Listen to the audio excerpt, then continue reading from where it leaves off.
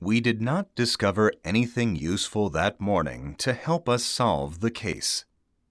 But we did see something which left us feeling very strange. When we arrived at the house, we saw the two brothers being taken away. Their wild faces and mad eyes was a sight I will never forget. "My brothers!" cried Mortimer Tregennis. "They are taking them away." We then went into the house. It was large and bright inside, with a big garden which already had a lot of flowers, even though it was only March. The window of the sitting room looked into this garden, and Mortimer Tregennis said that he thought the devilish thing, whatever it was, must have come from the garden.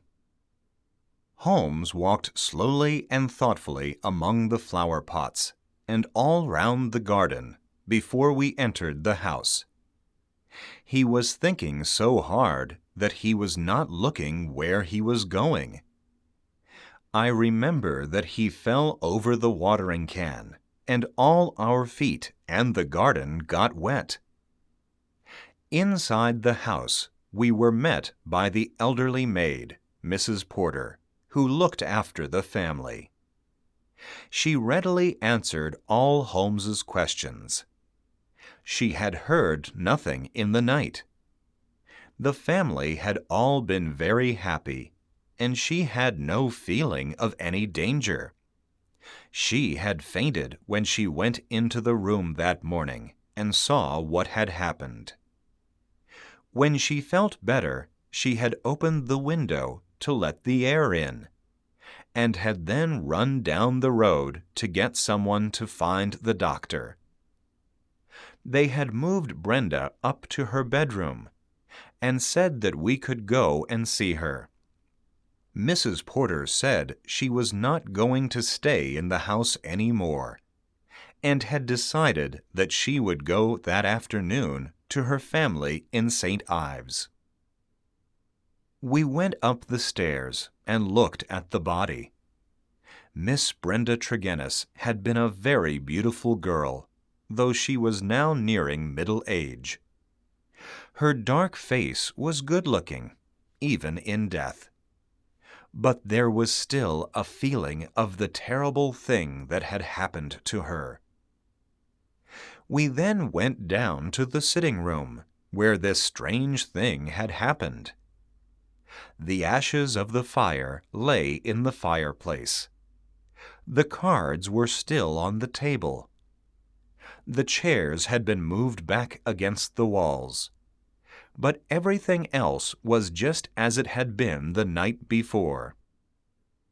Holmes walked all about the room, looking very carefully at the chairs, where they had all been sitting, seeing how much he could see of the garden and everything else he could think of.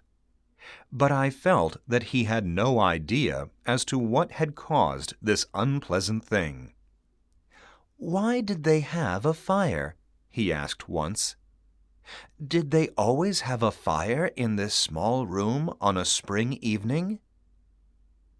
Mortimer Tregennis explained that it had been cold that night, and so, after his arrival, the fire had been lit. "What are you going to do now, Mr. Holmes?" he asked. My friend smiled and put his hand upon my arm. "I think, Watson, that I shall smoke my pipe," he said. "And I think, if you gentlemen agree, we will return to our cottage, for I do not think I will find out anything else here. I will think about the facts, Mr. Tregennis, and if I have any ideas, I will certainly tell you and the vicar. In the meantime, I shall say goodbye to both of you." It was not until long after we were back in Poldhu Cottage that Holmes said anything to me. He sat in his chair, his face hidden behind the smoke of his pipe.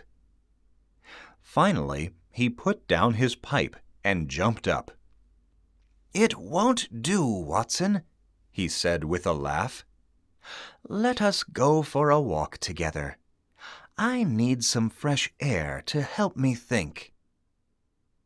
"Now, let us think about what we know, Watson," he said as we walked.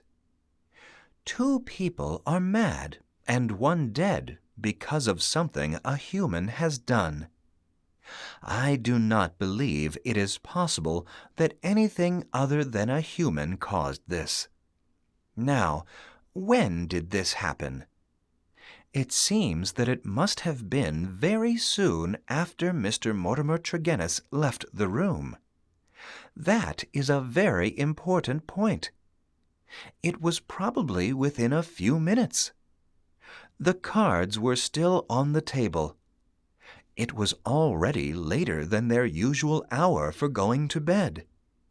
Yet they had not changed their positions, nor had they moved their chairs back. So it happened not later than 11 o'clock at night.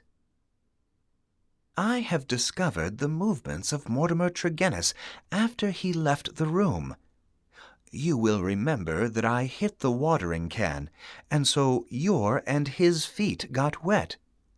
That meant I could see his footmark.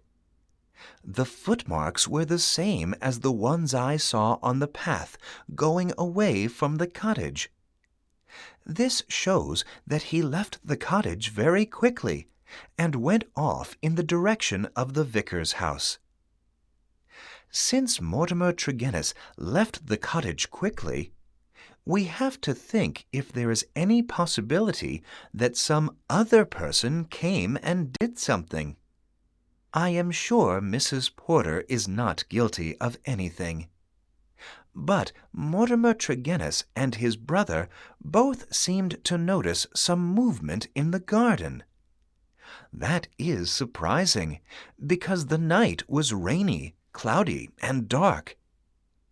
Anyone who was trying to make these people feel afraid from the outside would have had to put their face right next to the window in order to be seen. But there are no signs of any footmarks outside the window. It is certainly a problem, isn't it, Watson? "Yes, it is," I answered. And yet, if we can find out just a few more things, we may be able to solve the case. I think we will forget about it this morning and try to enjoy our walk.